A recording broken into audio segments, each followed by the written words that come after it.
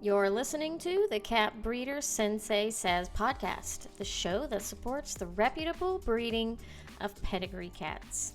I'm your show host, April Catito, and in this episode, we're going to be talking about how to treat a kitten or kittens that have a virus.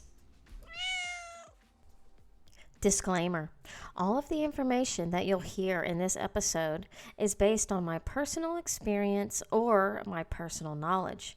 You may most certainly experience different symptoms, conditions, signs, and results, so please consult your veterinarian if you're unsure. So when I first started thinking about the episode to do for number 13, I was going to cover it more in general, like how to care for sick kittens. And then I realized that that's very broad. I mean, there's a lot of things that can happen to kittens to kind of put them into this, quote, sick category.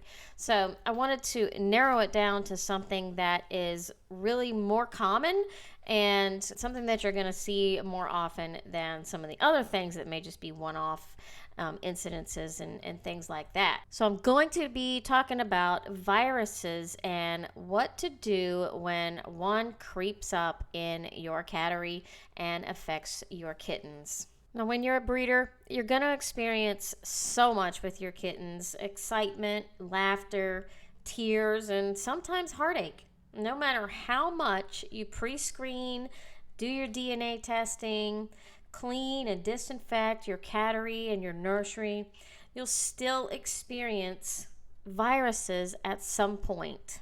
It's better to be familiar with the signs and the symptoms of what might be a virus and know how to treat that. So that's hopefully what you'll take away from this episode. When you're dealing with kittens, especially neonatals and super young kittens, you want to make sure that you are measuring their growth by weighing them on a daily basis. So on the website, our course, The Complete Guide to Breeding Pedigree Cats, we actually have a cool little weight chart in the Caring for Kittens topic that you can download and keep track of your kitten's weight, the whole litter, in fact, just to weigh them every single day and make sure that they are gaining weight. So they should gain about a half an ounce every day, and that's not scientific, it's just about that much.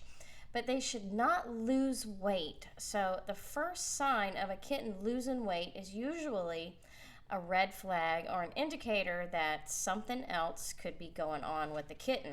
So try to weigh your kittens around the same time each day. So if you do morning weights, then make sure that, around 9 o'clock or 10 o'clock or whatever time you choose, that's when you weigh them every day, because they start to get in a routine and the mom gets in a routine of feeding them and when they take their poops and stuff. So you want to make sure that you're trying to weigh them around the same time so you get an accurate measurement of weight. If the kitten doesn't gain weight for one day but stays the same, that's okay. The second day, the kitten should gain weight and get back on track, but they should never, under any circumstances, especially for the first several weeks of life, they should never ever lose weight. If you discover that one or more than one of your kittens is losing weight, then there's a couple of things that you can, kind of start troubleshooting. First is, does the mom have enough milk supply to make sure that the kittens are all getting the nutrition that they need? And since we can't measure milk supply with a queen, we go by how much weight they're gaining. But if her teats feel nice and full and the other kittens are gaining weight, then that's probably not the case, unless this is one of the smaller kittens in the litter and he's just not, they're fighting for a chance at the milk bar and he's just not getting in there. Especially with big litters, you might find that this happens. If you have more than 6, then you may want to supplement the kittens to help mom feed them. But you'll have to just weigh them and see how they're doing on a daily basis, because I have a queen. She can have a litter of 7 and does, a perfect job feeding all of them on her own, so I don't have to step in. But I've had a mom with a litter of 6, and a couple of them weren't gaining weight, and I just had to supplement them. So if you think that mom doesn't have an adequate milk supply, you can try some marshmallow root supplement. You can get that on Amazon, and just check out, Google that, marshmallow root for cats, and you'll get a lot of information how to stimulate milk supply. It's like a lactose stimulation natural supplement that you can give her. You can also just kind of look at her and see if she's taking care of her kittens. So not every queen is cut out to be a mother, just like with humans. Some of them just don't like the job. In fact, I spayed one of my queens who I let her have 2 litters. The first time, she didn't do a good job. She didn't keep them clean. The toileting was very nasty and messy. And she just left the nest a lot and didn't spend a lot of time with them. So I let her have another litter of kittens to see if maybe she had first-time mom syndrome. And the second litter was the same thing. She just was not cut out for kittening. As they were being delivered, she was very angry and she was biting them as they were coming out. And, as time went on, she was growling at them and stuff. So she just wasn't meant to be a mom. So if you see any signs that your queen is not happy with being a mom, then you can really observe her and maybe try another litter and see how she responds to the next time. First time moms, depending on their age, may just not get it the first time. Additionally, some of them take a few days to adjust to being a mom. So you may say, why isn't she in there taking care of her babies? They're brand new. What is she doing? She's sitting outside looking out the window. It just may take a couple of hours, up to a couple of days for her to settle in and get used to the idea that she has a new litter of kittens now that are hers. Once you rule out any issues with the mom or potential issues, then we have to start thinking about other things like something internal going on, which we really won't cover in this episode because that could go on for a long time, all the things that could be wrong with the kitten inside that we can't see. So we start to think about viruses and infections. So unfortunately, no matter how much we clean and disinfect, and I think I've said this before, you're still going to be faced with viruses sometimes in your cattery. And I really hope that you never have to deal with it with a litter of kittens. But that's kind of how it goes sometimes, and you will be faced with that. So if it's a virus, all we can do is treat the symptoms and administer antibiotics to prevent any secondary infections from presenting itself because of the virus. So a virus, as you know, there's no cure for a virus. You just have to let it play out. You have to let it, run its toll, whether it's 7 days or 10 days, and you have to, keep the symptoms under control and not let things get out of hand. So for example, if you see that the kitten has diarrhea, then you want to make sure that the kitten is hydrated because they can become dehydrated very quickly with diarrhea. Same thing with vomiting. So with neonatal kittens, they're very fragile and very sensitive to anything like that. It just disturbs them. So sub-Q liquids, your vet may be able to help you administer that and show you how to do that if you have some on hand, and you may even want to take your kittens into the vet to, administer sub-Q hydration. If you have a sick kitten, then it's recommended to start administering Clavamox drops to your babies. This is safe for kittens to take, and talk to your vet about prescribing Clavamox. You can keep it in the refrigerator and have it on hand in case your litter of kittens, one or more than one in your litter, become ill and you want to start the Clavamox drops. Every day is critical with your babies, so just having that on hand is really important. So talk to your vet about that and see if you can get a prescription for Clavamox drops for kittens and keep them in your refrigerator in case you need them. I had a litter of 7 kittens once that the entire litter got sick. And everyone in the litter had a virus. And they were about 3 weeks old. They had diarrhea, they were vomiting, they were losing weight, their coats looked dry, and their eyes were starting to sink in. And this happened in just a matter of 24 hours, where I knew something was wrong, and then 24 hours later, they're all sick. So they ended up at the veterinarian office. They all got their sub-Q fluids. We started them on Clavamox drops, and then I was supplementing with the kitten formula. And after about 7 days, everybody was completely back to normal. But that's really scary when you have an entire litter of babies and they're all sick.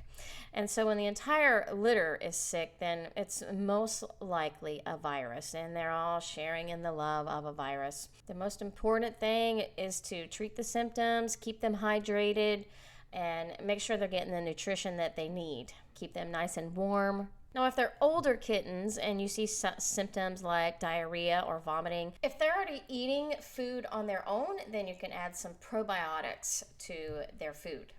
On a different note, you don't want to overuse antibiotics on your kittens. This will cause a resistance to antibiotics, and we don't want that to happen. So if you're unsure and you don't feel comfortable dosing antibiotics, then please always speak to your vet about that first. This show is definitely not intended to be medical advice, but it's also nice to have a protocol in case you need it in the event of emergency, or it's the weekend and you can't get to a vet and you have sick babies on your hands. Then you should have a backup plan on how you're going to treat the kittens until you can get them to the vet. If one kitten is singled out with weight loss or being sick, that could be something different. So usually a virus is going to affect everybody or several of the kittens, and a bacterial infection or something that's more singular to a particular kitten definitely should be seen by a vet so they can be diagnosed properly. Let's tackle what I think is the most common virus that you're going to see in your kittens, and that is the URI, the upper respiratory infection. The symptoms of a URI can be anywhere from very mild to very severe. Some of the most common symptoms and signs of a URI are sneezing, runny nose, red eyes, fever, lack of appetite, and decreased energy. You usually start out by hearing some sneezing, and oh boy, I'm always like, oh no, please don't sneeze. Don't sneeze. Don't sneeze. It's the worst thing. I don't want to hear sneezing out of my kittens, because that means other symptoms are probably coming, the watery eyes, the runny nose, and now we have a URI on our hands, and they spread that around like wildfire. URIs can be stubborn and they can get really ugly. And typically the duration of a URI in a kitten or a cat can be anywhere from 10 to 14 days.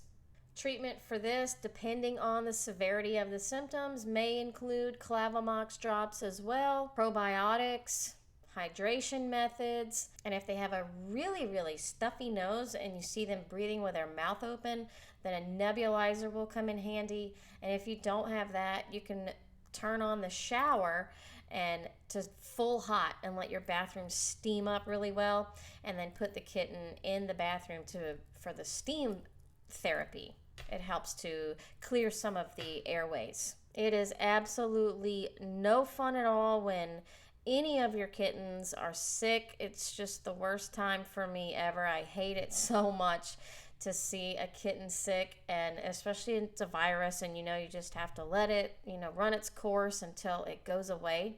There's certainly more severe viruses, calicivirus and panleukemia and FIP and many other diagnoses that your kitten could have.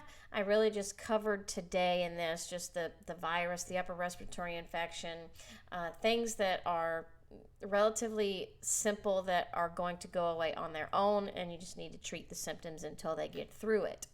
If you're unsure ever about your kitten's well-being and his health, please take him in to see the veterinarian and get a professional opinion. One of the hardest parts for me being a breeder is going to sleep one night and everybody is doing great, everybody is fine, and then waking up the next day and checking on and somebody is sick or everybody is sick.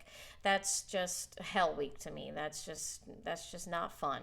But it is something that you will 100% have to deal with when you're a cat breeder. It's just inevitable. So what about isolation of a sick kitten? If they're in the nest and they're already in with all of their litter mates and a virus appears and you see that one of your kittens has a virus, for me, this is just a personal decision that I make. I don't separate the kitten from its mother. I don't separate the kitten from the rest of the litter because there's incubation periods involved with a virus. And if this kitten has a virus, then it is pretty certain that the other kittens in the litter have already been exposed to the virus, and the other kittens in the litter are probably going to catch it. And it's really important for the kittens to be with their mom and get the nurturing and the care, and she keeps them clean and toileted. It's just better, in my opinion, for them to stay with their litter. If it's an older kitten that has already been weaned from its mother, that's a little different. The first signs of illness or a virus, then they can be isolated and quarantined until the virus has passed. One of my good friends has said to me so many times, you have to be your own vet when you're a breeder because you're always faced with decisions that you have to make when something might be going wrong with a kitten, when it's sick or you see symptoms, and we need to treat the symptoms. So you have to educate yourself on what those signs and symptoms are and how to treat them yourself so that you can take care of your babies on your own and you're not always running to the vet. So my hope is that this episode helped you to identify when you're looking at a virus in your kittens and how you can help them and things you can do to make sure that they get through that virus and you keep them as comfortable as you possibly can while they're fighting this thing off. I am 100% enthusiastic and an advocate for administering natural supplements to cats and kittens to help treat their symptoms, and I have quite a few that I have in my quote pharmacy unquote that I have for my cattery. And one day I'll do an episode about the natural supplements that I use. I'm not big on prescription drugs. I don't really like antibiotics if I don't need to, but I know that they are definitely protocol in some cases, just not all cases. So don't get me wrong, I'm not first to start administering Clavamox drops to kittens if they have symptoms. It needs to be to a point where I think that they need the Clavamox drops. Like the virus looks worse than a mild to moderate virus, then I'm going to start Clavamox drops. So I prefer natural supplements, and I want to talk about that in a future show.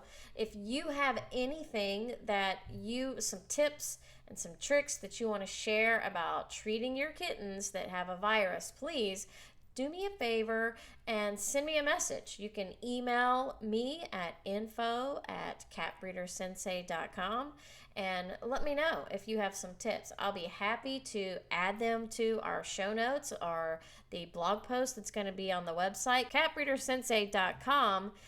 Go to podcast, and this is episode 13. I'll add, any advice that you have that you want to share with our listeners about how to help treat kittens anywhere from neonatals to 4 months old. That's about, the time frame that we are caring for these kittens before they go home. So let me know if you have any additional tips, any additional treatment plans that you use that you like, that works real well. I would absolutely love to share them on the blog post and give you credit for that if you would like, or I can keep it anonymous. It doesn't matter. But please share in your knowledge and let's help the community support each other and be a positive place so that we can continue to protect and preserve our breed. So that's it for this episode. Thank you guys so much for listening. If you will, subscribe to the podcast on the platform that you listen to the most, and leave us a positive review. We would love to hear from you. We would love to hear your feedback about the show. Share this with your friends and let others know about it so that you can help them as well in the pedigree cat breeding community. Until next time, you give those kitties a big kiss for me, and I'll see you later. Bye.